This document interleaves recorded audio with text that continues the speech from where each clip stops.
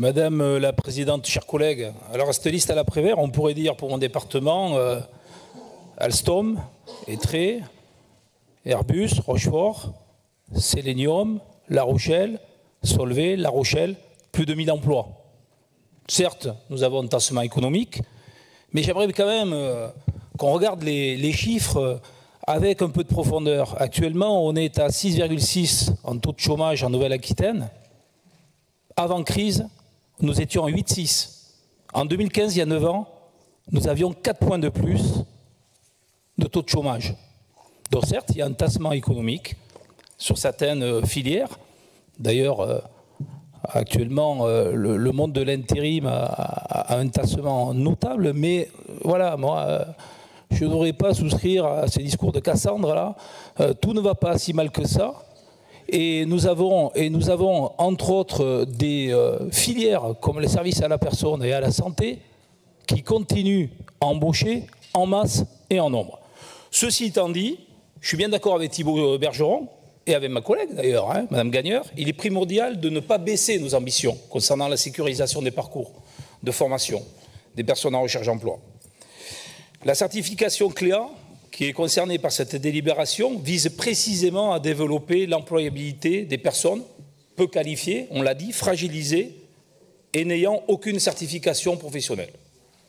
L'inscription de la certification CLEA dans la politique régionale de formation professionnelle, avec la prise en charge de 450 € pour la certification initiale CLEA socle de connaissances et de 300 € pour l'évaluation initiale CLEA numérique, va donc dans la bonne direction, il faut le dire. Avec cette certification interprofessionnelle issue du COPANEF, reconnue par les filières professionnelles, nous n'arrosons pas le sable et nous allons nous doter d'un nouveau levier de valorisation des parcours de formation auprès des entreprises.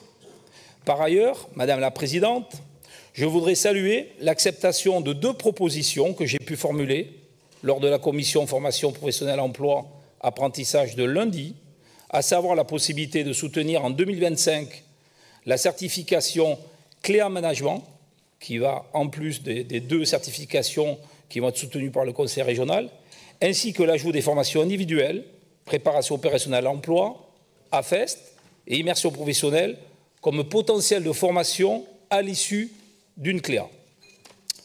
Hormis le non-recours à un amendement de notre groupe, la prise en compte de nos 2 propositions, qui renforcent la portée de la délibération, montre un état d'esprit collaboratif, transpartisan et de travail émanant de la commission 3, présidée, il n'est pas là aujourd'hui, par mon collègue Dominique Astier, et je tiens à le souligner. Enfin, la nécessaire évaluation du déploiement de ce nouveau dispositif, CLEA, devra porter sur 3 points qui me paraissent encore perfectibles. Premièrement, le maillage territorial des organismes habilités à faire passer la certification CLEA.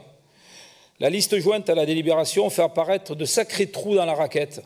Aucun organisme certificateur en Haute-Lande, Armagnac, en Charente-Limousine, en Entre-deux-Mers ou bien dans le Royannais, alors que 7 organismes sont présents à La Rochelle. Il faut donc combler au plus vite cette inégalité territoriale, éloignant les usagers de leur droit d'accès aux services. Autre point de vigilance, la promotion de cette nouvelle aide auprès des publics en électronisme ou illettrisme. Et enfin, l'insertion dans le cahier des charges des organismes de formation financés par la région d'une clause de valorisation du parcours de formation par la proposition de l'information du dispositif CLEA. Avec le financement de CLEA par la région, les Néo-Aquitains les plus fragilisés pourront désormais se prévaloir d'une nouvelle certification professionnelle. Pour un certain nombre d'entre eux, la certification CLEA sera, à l'instar de la méthode de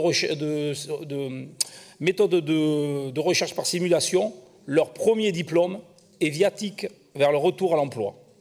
Madame la Présidente, au regard de ces éléments, notre groupe Centre indépendant votera cette délibération 28. Merci beaucoup, Monsieur Bergeron. Oui, peut-être très